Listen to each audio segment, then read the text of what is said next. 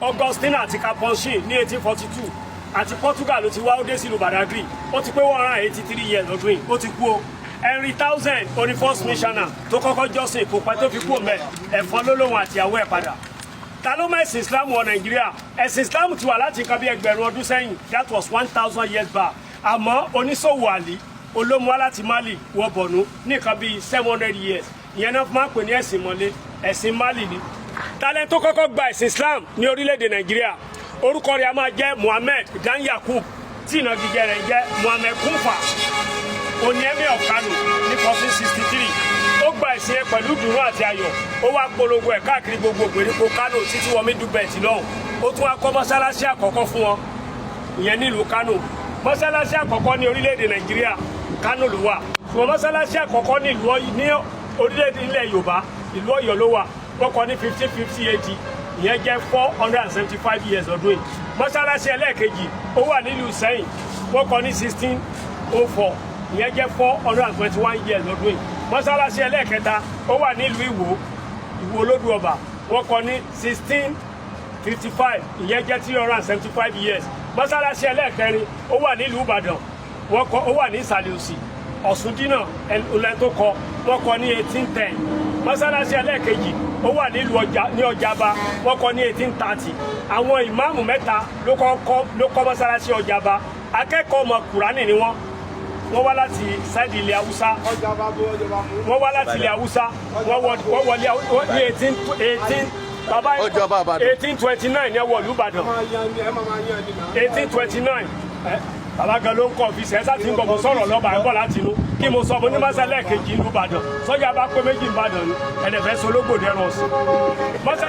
So ẹni àkọ́kọ́ ni Ahmad Kifu, ẹlẹ́ẹ̀kejì jẹ́ Igun Ọlọ́run, ẹlẹ́ẹ̀kẹta jẹ́ Kúsùmù.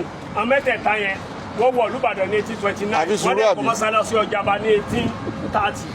Mọ́sálásí ẹlẹ́ẹ̀karùn-ún ó wà nílùú Ìlọrin wọ́n kọ́ ní 1820 wọ́n dẹ̀ kọ́ ìkejì ní 1835 nígbà tí wọ́n ṣe pọ̀pọ̀ ṣinṣin yìí pé wọ́n ṣẹ̀ yan ẹni àwọn.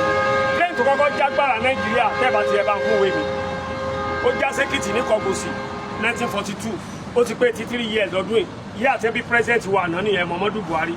Plane tó kọ́kọ́ láǹdì ńkọ́ ó láǹdì sí Kano 1925 ìyẹn ti 100 years lọ́dún yìí yí àtẹ́bí Ṣàgàrí nìyẹn ọdún tẹ́bí Ṣàgàrí ọdún ẹ̀ gangan l'Ògúndé tó ṣe tíátà tó bẹ̀rẹ̀ primary school ọdún ọ̀nà bí Ògúndé ọdún ológúndé kú tí bá rẹ tó gbà ìgbò mẹ́tẹ̀ẹ̀ta ẹ̀ 2400 máa fẹ́ ní lọ́kùn. Wọ́n bí Ògúndé ní ọjọ́ kọkànlélọ́gbọ̀n oṣù kejì ọdún 1916 nílùú Ọ̀ṣọ́ṣà. Ògúndé kú ní ọjọ́ kẹrin oṣù kẹrin ọdún 1990 nílùú London lẹ́nu ọmọ ọdún 73 years. CMS Grammar School tó wà lẹ́kọ̀ọ́ gba ní wọ́n dá sílẹ̀ 1859 wọn kì í gbá penalty kick tẹ́lẹ̀ gba náà introduce ẹ̀ sínú ball 1891 ìgbà náà sọ bọ́ọ̀dì Olympic bẹ́ẹ̀ tí wọ́n kówó lé lórí 1908 ọdún kan ló gbà lọ́wọ́ Awólọ́wọ̀. Agbègbè wo ló tóbi jù ní gbogbo àgbáyé? Tokyo ó wà ní Japan. Ìgbà náà invent aeroplane ẹ̀gbọ́n àtàbúrò ló ṣe aeroplane Ovi and Favorite ọmọ USA ní 1903 ọmọ Britain ló ṣe train ní 1803 after 100 years wọ́n ṣe train náà ṣe aeroplane tó ń fò lókè àmọ́ bàbá wọn kẹ̀kẹ́ ní 1790 náà ṣe kẹ̀kẹ́ wọ́n ṣe mọ́tò ní 1885 wọ́n ṣe ọ̀kadà ní 1884 wọ́n ṣe television 1922 wọ́n ṣe rédíò ní 1895 nínú ìjọba tẹ́ ẹ̀ wò 1831 ní Michael Faraday ó discover the property the law of how to behave in 1831 Alessandro Volta the scientist Italian man olóṣèná báwo ló ṣe ṣe náà ó mú pépà ó ti bọnú omi yọ ó wá fi zinc sínú ẹ̀ ó wá fi copper sẹ́gbẹ̀ ó wá wo reaction bó ṣe máa múná jáde ní 1800 Thomas Edison ló ṣe bulb ní 1895 kámẹ́rà tí wọ́n fi ya fọ́tò wọ́n ṣe ní 1830 wọ́n dẹ̀ ṣe machine tí wọ́n fi ránṣọ ní 1835 ẹ ṣé. ó ti lọ. This is Mobile petrol station. Mobile petrol station, Jakande, right directly opposite. Directly opposite. Circle Mall. This is the third time in 3 weeks that I will buy fuel. My fuel at 3/4. I know it should not exceed 25,000. They will rub off the bill and put 39,000 on the bill for me. Oh God, that one not be matter of this week. What I tell you now, this one is not all like that. Eh? Mobile. Then they talk to each other. Stop touching me. What? Stop touching me. Don't please me. Do the right thing. Don't please me. Mobile, Jakande, 3 different stations, petrol pumps. That's what they do.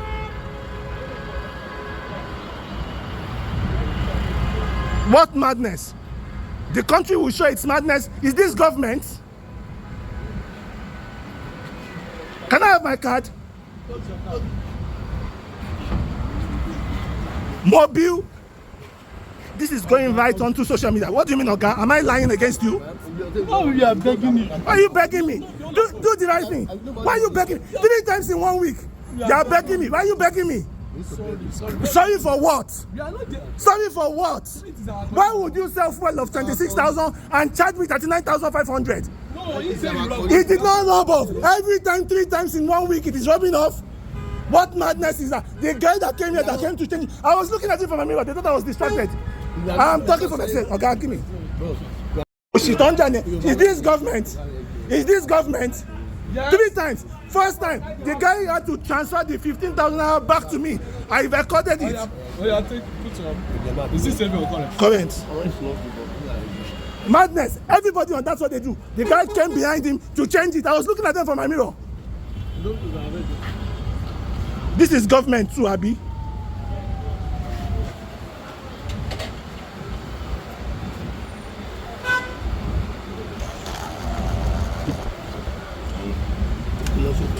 Please give me my receipt.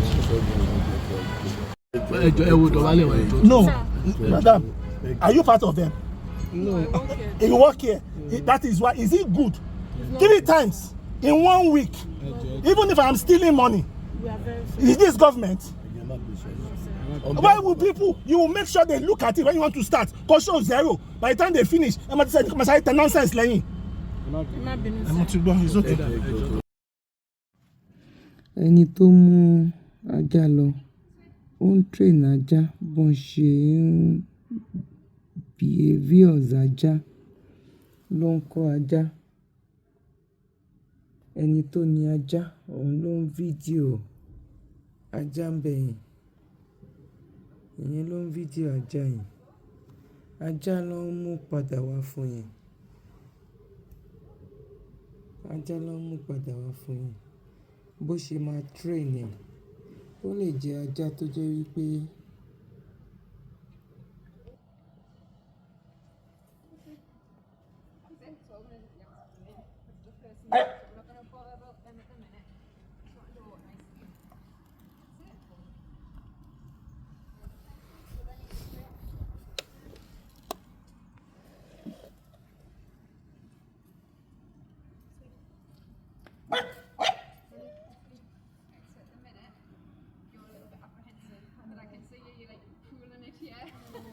Don't worry about it, okay? Just let him have the full length. And when he pulls, don't worry about any of this stuff initially. All you're going to do is you're just going to get him this way, and then you gradually pull it up. And the minute he's like, you have the tension, you're trying to rein it in before you've got him round. So just relax, it'll be fine.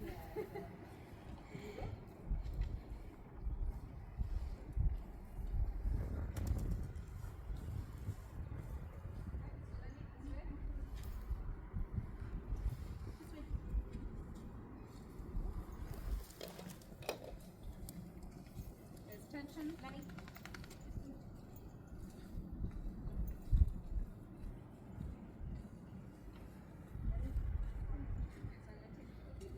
And then I'm going to show it to you, and I'm going to highlight something that you do, because I don't think you notice what you're doing, and it's hard for me to explain. It's fine. I'm just going to take a little video, and then I'm going to show you. Okay. So just do it as you're doing it, and this way.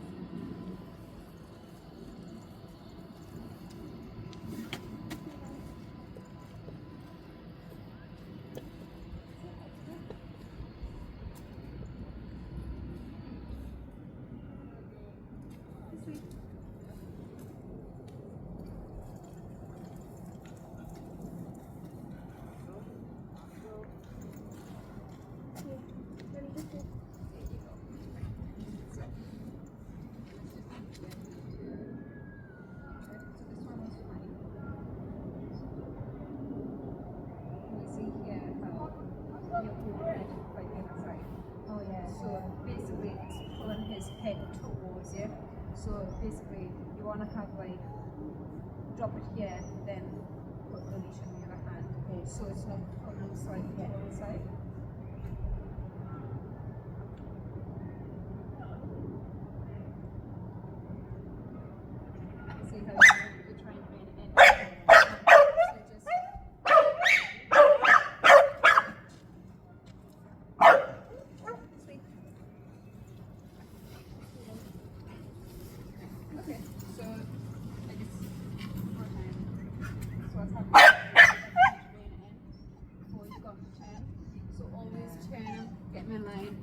Yeah.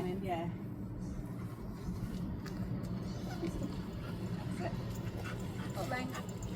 Right, so as soon as you get that tension,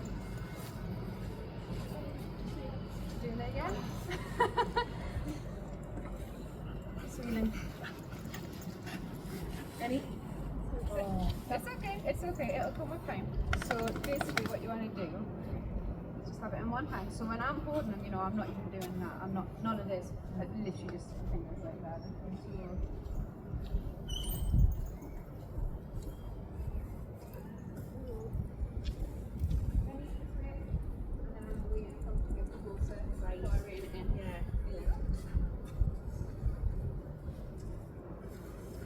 This way, and this way.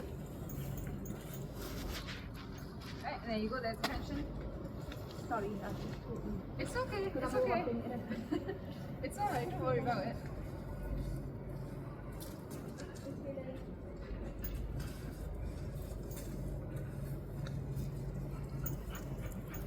That's it, there's the tension. It's okay, don't worry about it. Like, you'll get it over time. It's just like, we're always in our own habits. That's it.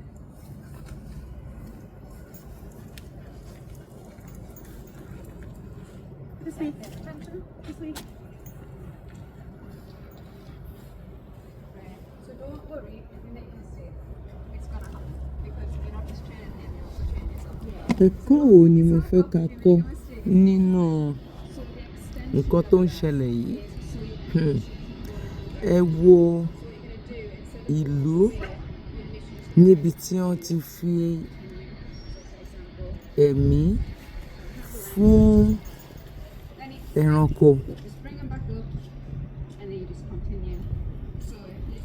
Ní ìlú ibi tó jẹ́ wípé wọ́n jẹ́ kí ìjọmọ ènìyàn kó darí wọn rather than kó jẹ́ wípé nǹkan tí àwọn kan jókòó tó ń sọ tó jẹ́ wípé ìgbàgbọ́ la tó fi gbé. Ìgbàgbọ́, òun ló ń pè ní ìgbàgbọ́.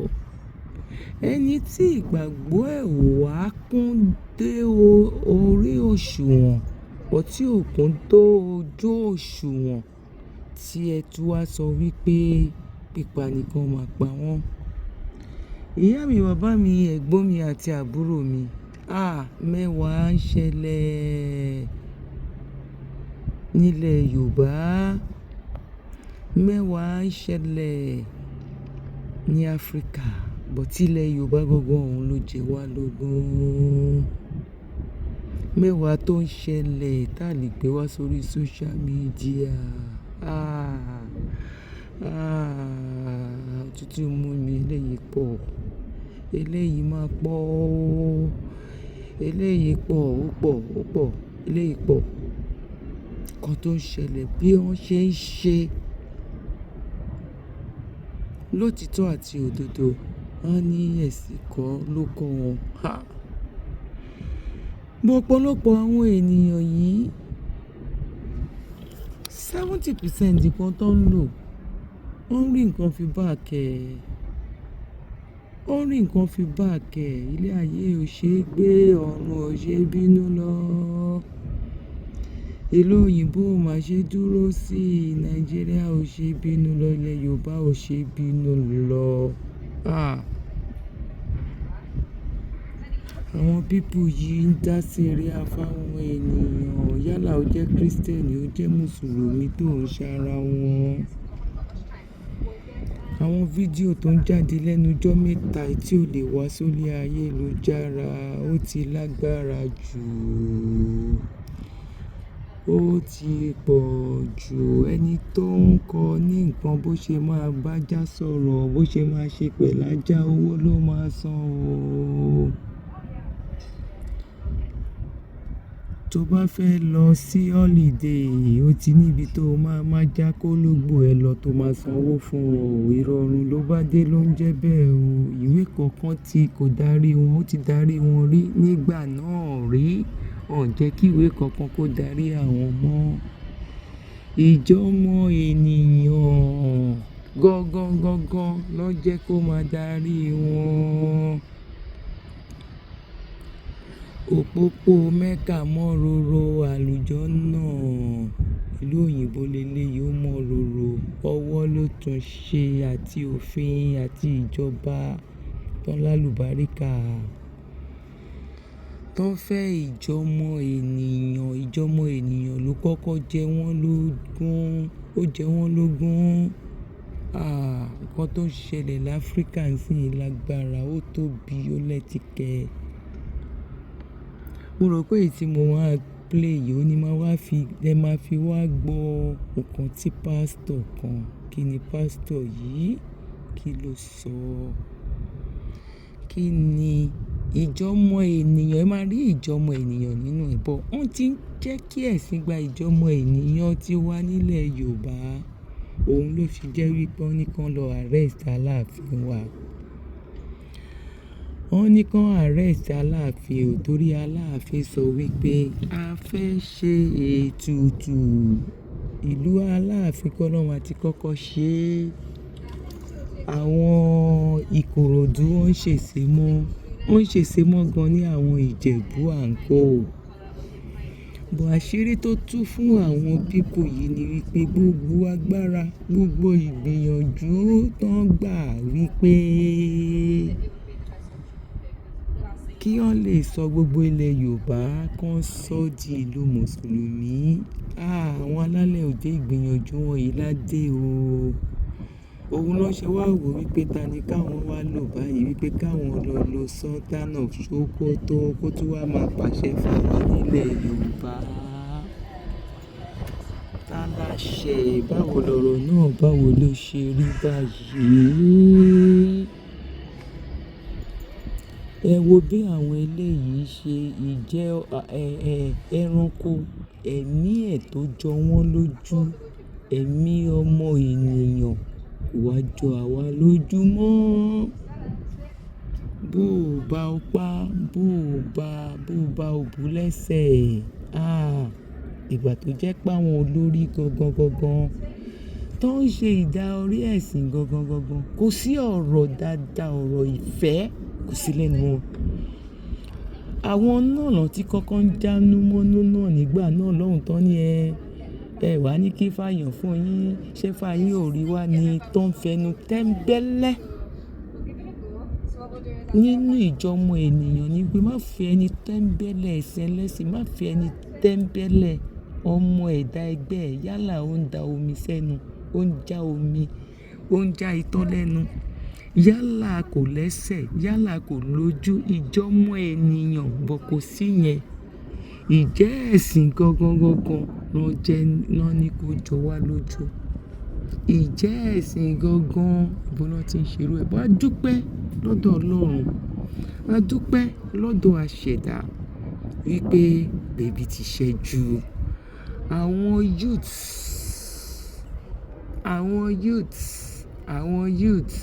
wọ́n ti dìde ibi táwa rò wípé a ṣe dé àwọn kan ti gbà wọ́n ti gbọ̀nà míì wọ́n ti fi gba wájú yọ gbẹ̀yìn yọ fi agbede méjì tún mú wọn a máa lọ ó ṣọmọ olókùú bẹ́ẹ̀ ni àní sí pẹ̀lú òkú ẹ̀ bọ́ ìgbà wo ló máa jẹ́ èmi ò mọ̀ àkókò wo ní èmi ò mọ̀ àwọn wo ló máa ṣe èmi ò mọ̀ àwọn wo náà ní ṣe èmi ò mọ̀ bọ́ ó dá mi lójú wípé sẹ́ẹ̀ ó ti di dandan wípé àgàgà sáà tá a wà nínú ẹ̀ yìí àkókò tá a wà nínú ẹ̀ yìí ìgbà tá a wà nínú ẹ̀ yìí sẹ́ńtúrì tó ń lọ yìí ọdún tó ń lọ yìí mínítì tó ń káùntì yìí hours tó ń káùntì yìí ogun ń ṣẹ́ ni ogun yẹn ń ṣẹ́ lórí àwọn ọmọ Yorùbá torí wípé kí ni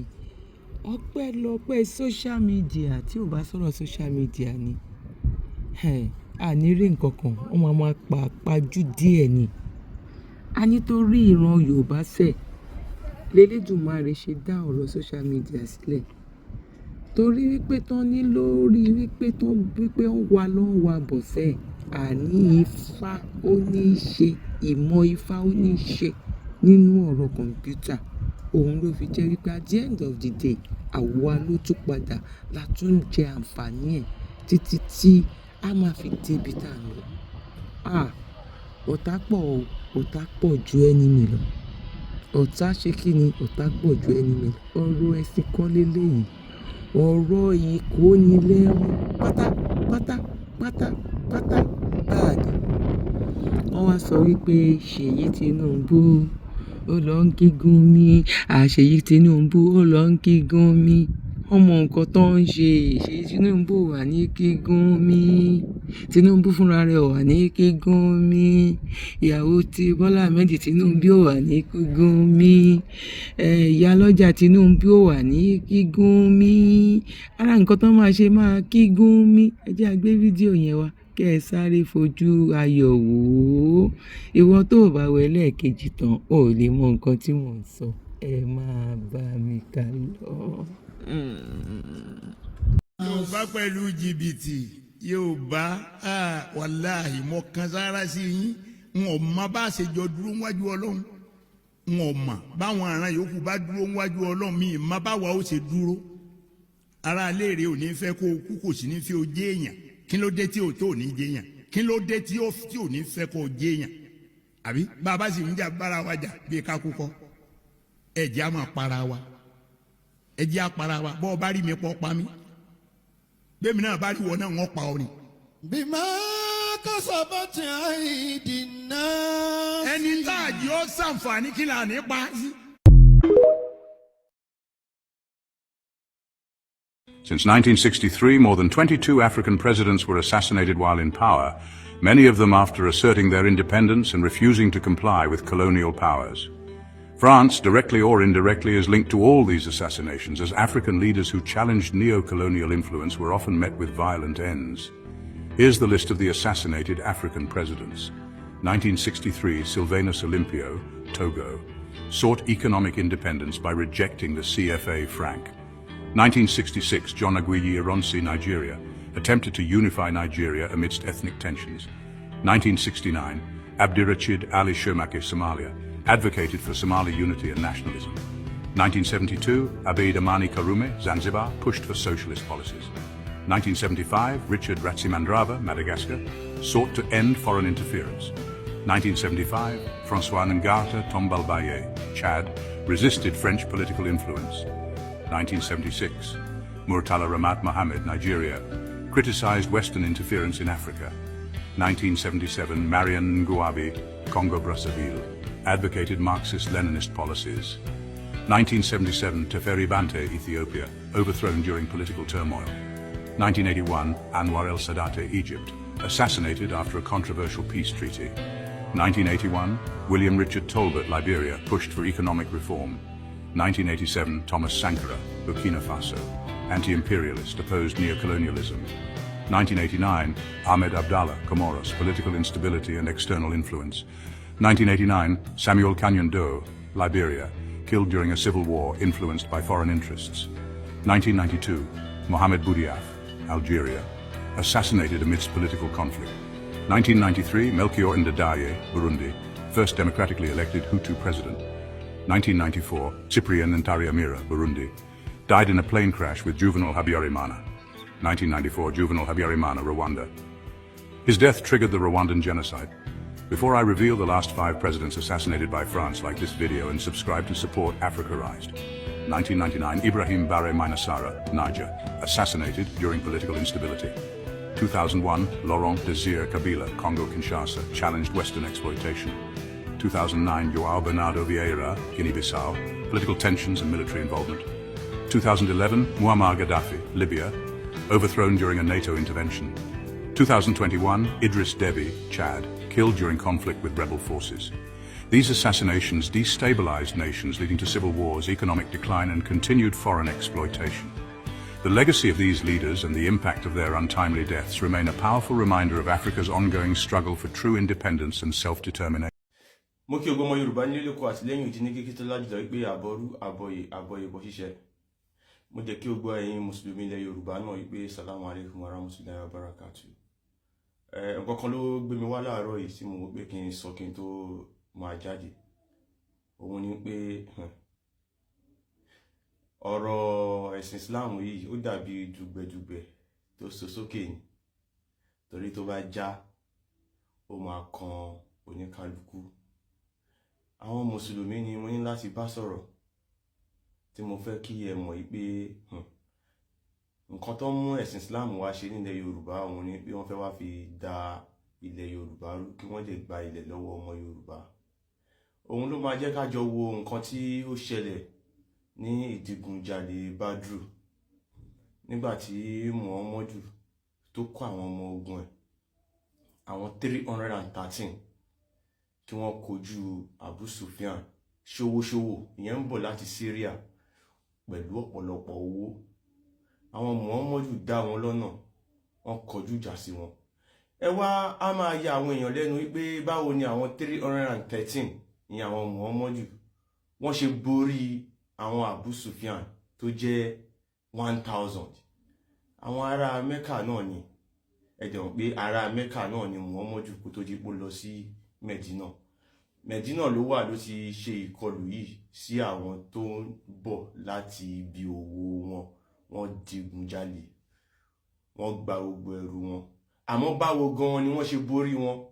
Nǹkan tí Muhammadu ṣe ni pé 313 tó jẹ́ àwọn tí Muhammadu àti àwọn 1000 tó jẹ́ àwọn ará Mẹ́kà, ẹ mọ̀ pé mọ̀lẹ́bí ni wọ́n.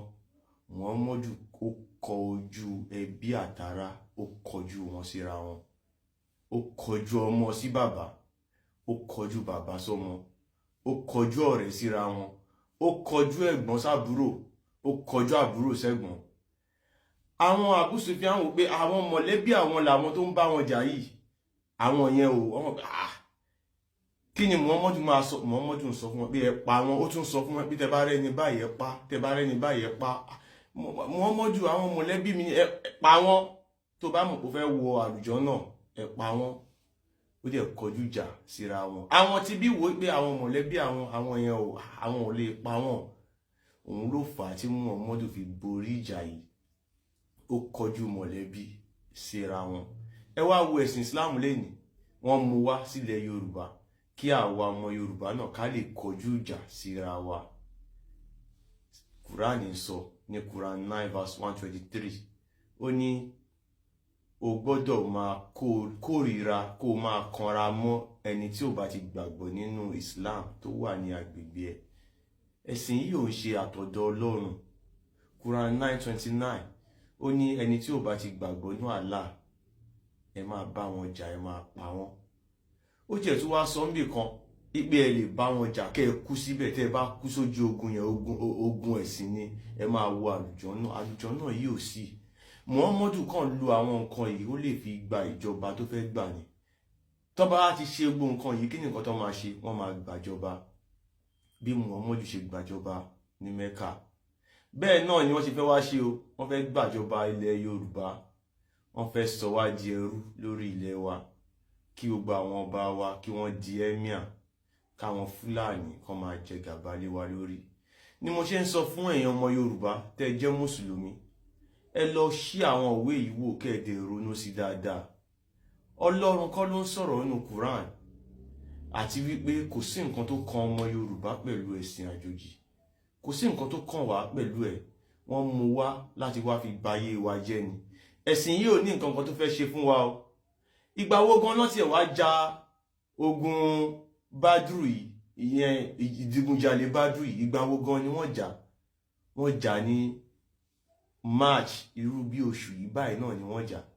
Ó jẹ́ tó wá bọ́ sí inú àwẹ̀ ní 624 CE ni wọ́n ja ìjà yìí. 624 CE ni wọ́n ja ìjà yìí.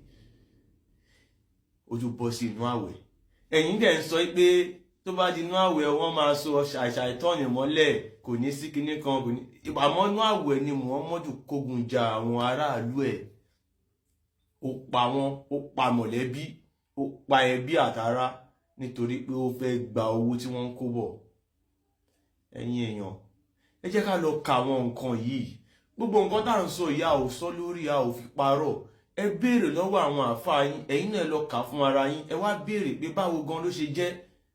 Ọlọ́run ò lè rán yàn iṣẹ́ kó wá sọ pé kó máa jalè, kó máa pààyàn. Ọlọ́run ò lè rán yàn irú iṣẹ́ yìí. Ẹ gbogbo wa ẹ jẹ́ ká jọ gbé kínní sí làákàyè.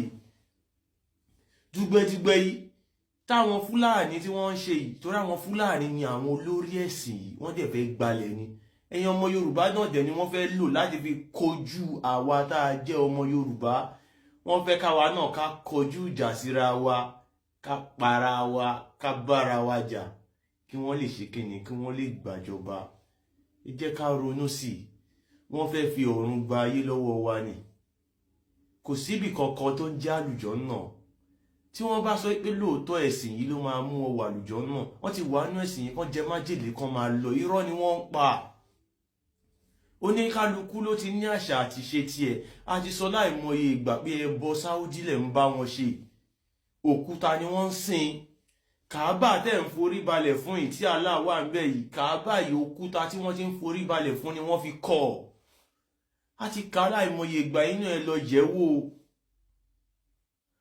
ọlọ́run òun ṣalábòsí tọ́lọ́run bá fẹ́ rán èèyàn sí wa kò ní rán lárúbáwá sí wa kò ní rán funfun sí dúdú bíi tiwa náà ni ó máa rán ẹ jẹ́ ká gbárùkù sí tiwa ká tún ṣe ibẹ̀ ni ìgbàlà wa wà ibẹ̀ ni agbára wa wà wọ́n sọ fún wa pé ká lọ da àwọn nǹkan agbára wa nǹkan ogun ká lọ dànù ká gba Allah ká gba Quran kò dẹ̀ lè dáàbò bò wá kò lè wo ikọ́ kò lè wo orí fífọ́ wọ́n dẹ̀ ní ká lọ da nǹkan dọ́dọ́ tiwa ká lọ dànù ẹ má lọ́ṣẹ dúdú ẹ má jàsí jẹ ẹ má gbẹ́bọ irọ́ ni kíní torí pé wọ́n mọ̀ pé ibẹ̀ gangan ni agbára ilẹ̀ Yorùbá wà ẹ̀yin ọmọ Yorùbá ẹ jẹ́ ká ronú wọ́n fẹ́ ká bára wa jà wọ́n fẹ́ ká máa para wa ìfẹ́ làwa ní làwa fi ń ka gbogbo nǹkan yìí la fi ń jẹ́ kẹ́ ẹ mọ̀ wípé Ọlọ́run ọba Olódùmarè kò nẹ́sìn kò kí ń ṣe Christian kò dẹ̀ kí ń ṣe Mùsùlùmí Ọlọ́run ò ní àwọn kan tó yàn láàyò oníkálukú ló ní tiẹ̀ tí nǹkan tí ilẹ̀ Yorùbá bá ń ṣe tó bá jẹ́ pé kò dáa ni Olódùmarè fúnra ẹ̀ ló máa parẹ́ kò ní rán àwọn agbanipa kan wá máa pa wá ẹ wo Syria wọ́n máa ń pa wọ́n gbogbo ibi tí àwọn Mùsùlùmí bá ti pọ̀ wọ́n máa ń pa àwọn tó nílẹ̀ ńbẹ̀ ni wọ́n á ní nǹkan tó ń ṣe wọ́n á ní kán máa ṣe mọ́ wọ́n á pa wọ́n wọ́n á sọ wọ́n dìdàkudà wọ́n á máa bá àwọn obìnrin wọn sùn wọ́n á máa fipá bá wọn sùn wọ́n á gbalẹ̀ lọ́wọ́ wọn ẹ̀yin ọmọ Yorùbá mo mọ̀ pé ọ̀rọ̀ díẹ̀ báyìí ó ti tó fọmọlúàbí mo dẹ̀ mọ̀ pé ọmọ Yorùbá máa ronú mo dẹ̀ fẹ́ kẹ́ ẹ mọ̀ pé Fúlàní kò ní ẹ́fà báyìí fi ìsìláàmù lẹ̀ gbogbo àwọn tẹ́ ẹ rí tí wọ́n ń sọ èdè Yorùbá yìí kọ́ ni Yorùbá o Fúlàní wà nù wọn wọ́n dẹ̀ ń jẹ orúkọ wa ọ̀pọ̀lọpọ̀ wọn gan ni ìmọ̀ọ́mù mọ́sálásí wọ́n wá máa sọ fún èèyàn ọmọlẹ́yìn tẹ́ jẹ́ Yorùbá pé ẹ máa gbógun tì wọ́n ẹ má ṣe bá wọn ṣe tẹ́ bá rí wọn ẹ sọ wọ́n lókò ẹ jẹ́ ká gbé sí làákàyè ṣọlọ́run lè sọ bẹ́ẹ̀ ìfẹ́ ni Ọlọ́run Olódùmarè gbogbo wa pátápátá ni Ọlọ́run fẹ́ ẹ gbọ́ nǹkan tó ṣùpá sọ ni gbogbo wa pátápátá lọ́lọ́run fẹ́ má bínú ẹnìkan Ọlọ́run ò bínú èèyàn kankan Ọlọ́run ò kì í ṣàlá Ọlọ́run ò kì í ṣe Yahweh wọ́n fi iná àti àlùjànnà wọ́n fi kẹ́rù sí yín láyà ni kò sí nǹkan tó ń jẹ́ náà kò sí nǹkan tó ń jẹ́ àlùjànnà àtúnwá láyé ẹ̀san ẹ̀yin ọmọ Yorùbá mo sọ yìí mo dúró ó dìgbà. wọn kì í wẹjẹ kíyàn tó mọ Ọlọ́run wọn kì í wẹ àwúrẹ kíyàn tó mọ Ọlọ́run wọn kì í jí àṣejẹ kíyàn tó mọ Ọlọ́run àmọ́ tí ò tọ́ Ọlọ́run lá máa wà àwúrẹ sí lá máa jẹ nǹkan sí lá máa wẹ ẹsẹ fún. láti ilẹ̀ nínú Báíbù nínú Kùránì àti ewu ẹyọ èwo lọ́kọ́dé torí gbogbo ẹni ọba mọ Ọlọ́run àbá fìtínà ló wá ṣe láyé àìmọ̀ Ọlọ́run ló jẹ́ kí Nàìjíríà ó dà báyìí Ọlọ́run tó pín gbogbo ẹ̀ tó pín dá kò sí tó burú lọ́dọ̀ ẹ̀ àwọn bàbá wa àná ní kọ́ ń bẹ kí ìsìlámù tó dé àwọn ni wọ́n sọ pé ewédú ni ewé ìbá ni èso àsọfẹ́yẹ jẹ́ ni eku asínì eku àfẹ́ni eku àgbóni àwọn iṣẹ́ àwọn ẹni wọn ọmọlọ́hún àwọn tí wọ́n mọ oríkì ọlọ́run tí wọ́n kí ọlọ́run gbogbo ẹni wọ́n bá gbé nǹkan kan wá tó bá ní kìtì yorùbá tó fi bàjẹ́ tiẹ̀ náà yóò yí wọ́ ni. nítorí pé èdè yorùbá lọ́lọ́run kọ́ wa àti àwọn màlẹ́kà ṣùgbọ́n èdè kéwà àti ìwé èèyàn lọ́kọ́ wa ṣé ìtọ́lọ́run kọ́ wa lọ́lọ́ àlùbáríkà ni àbí ìdí èèyàn kọ́. àwọn bàbá wa wá dìde wọ́n wá ń kí ọlọ́run ní mẹ́sàn-án mẹ́wàá wọ́n ní ekukeku kan kì í rù kó borí asín. òórùn tó wà lára asín ṣé wọ́n ló fi sára ẹ̀. kòkòrò kí kòkòrò kan kì í rù kó borí ìkámẹ́lù ṣé wọ́n ló ní kámẹ́lù. igi kíkì kan kì í rù kó borí ìfọn ṣé wọ́n ló ní igi ìfọn. àbí ọlọ́kùnrin rù sí la. tó bá mọ gbogbo tọ́lọ́run dá pé òun ló ní láàrin odidi ijọ́ mẹ́fẹ̀ẹ̀fà òun lọ́ba ṣe é. àwa tá a dalẹ̀ ọlọ́run gbà tá a mọ ọlọ́run àti dalẹ̀ rẹ̀ àwọn ìyà tí wọ́n máa jẹ wá ò ní dáa. mo fẹ́ bi wá léèrè kí ni tí mo gbé dání yìí Saudi ni wọ́n ti ṣe ní àbí Israeli.